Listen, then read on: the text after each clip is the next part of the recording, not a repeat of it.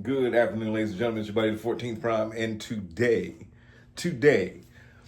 I'm tired of the questions. I'm tired of the misinformation.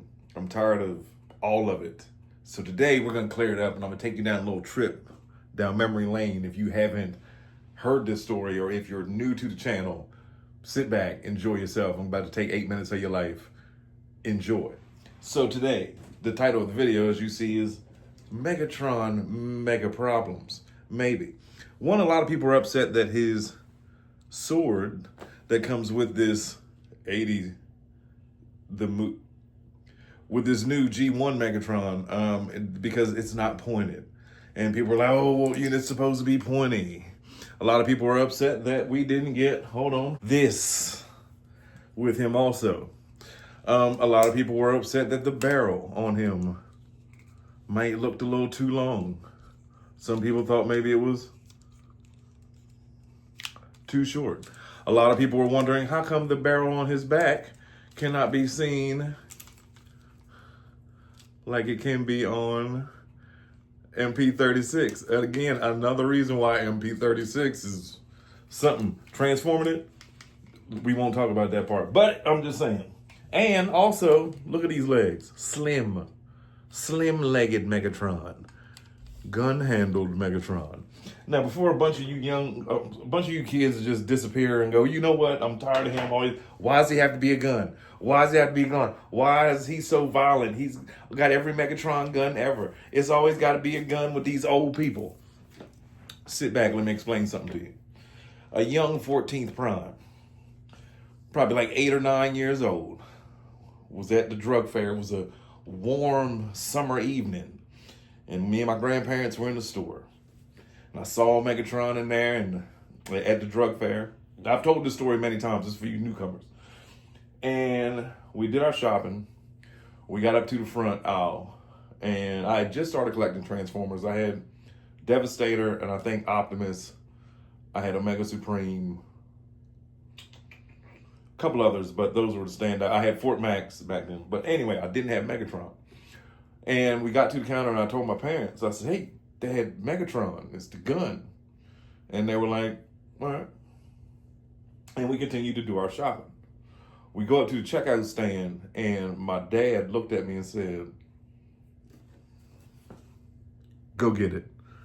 And I took off running. Ran and grabbed the Megatron toy. It was $25. I ran up to the front. We checked out. I held it in the back seat, just holding on to the box the whole way. And we only lived like 4 minutes from drug fair. But I held on to it tight. So that's why it's important.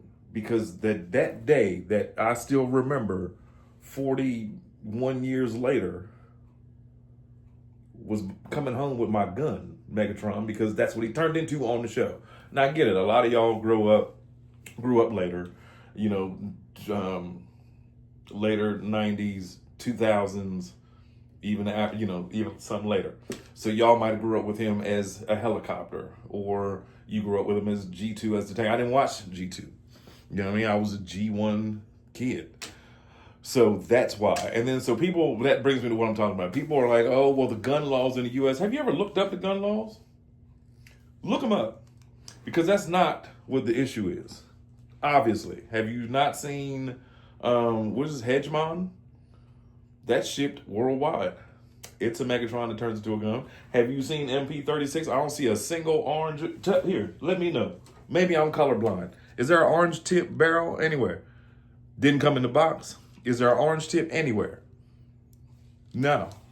Turns into a gun. So it's not that the US can't do it. It's not that it's Hasbro. Hasbro chooses not to do it. Newage just shipped Romulus a couple months ago. What's he turned into? A full-size handgun. The U.S. law, which again, it's a law, but it's not federal law.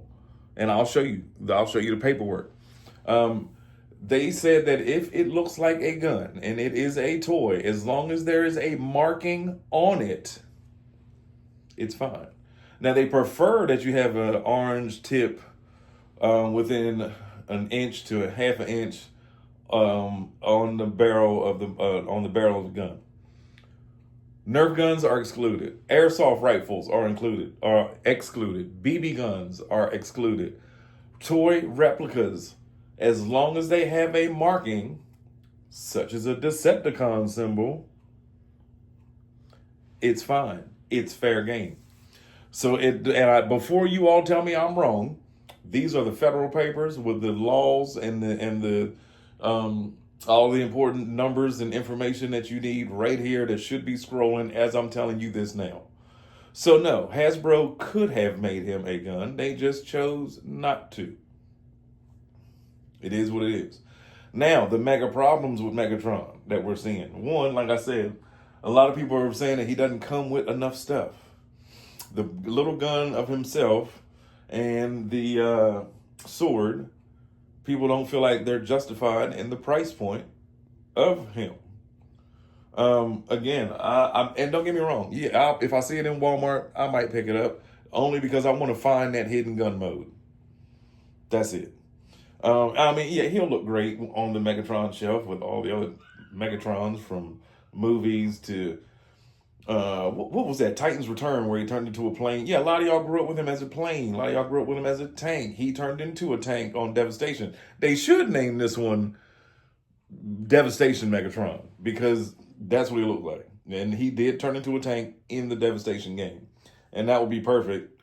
You know what I mean? Because that would coincide with it. But Hasbro, you should have no right to put 86 or the movie on this toy. It is what it is.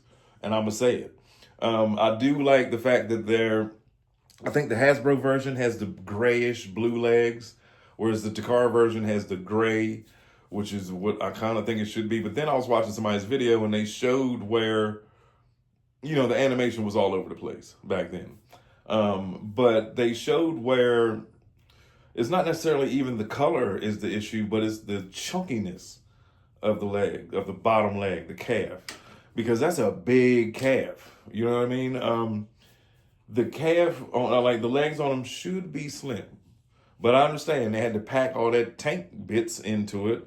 Like the whole tank treads and all that stuff are all compacted into both sides of his leg. That's how they had to engineer it. That's understandable. You wouldn't have had to have done that if he turned into a gun. But he turns into a tank. It is what it is. I'm glad y'all are happy. For those of us who was there in 84, 85, 86, when these toys were on the shelf, you know what he turned into. And again, it's not that, you know, the U.S. doesn't print. Now, I don't know about the U.K. and wherever else y'all live at, Canada. I don't know about y'all's laws. But here, it's fine. Because again, how do you think Romulus got shipped out to everybody? It's not an orange. There is no orange tip on Romulus. MP36, the other Megatron. None of them have orange tips on them. Airsoft guns, Nerf guns, whatever. To me,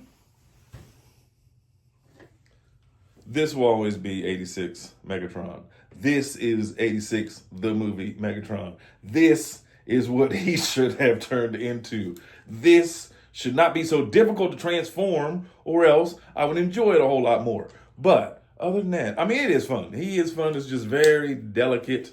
Some pieces might seem like they're not supposed to go that way, or you might forget one little step and the whole thing is thrown off.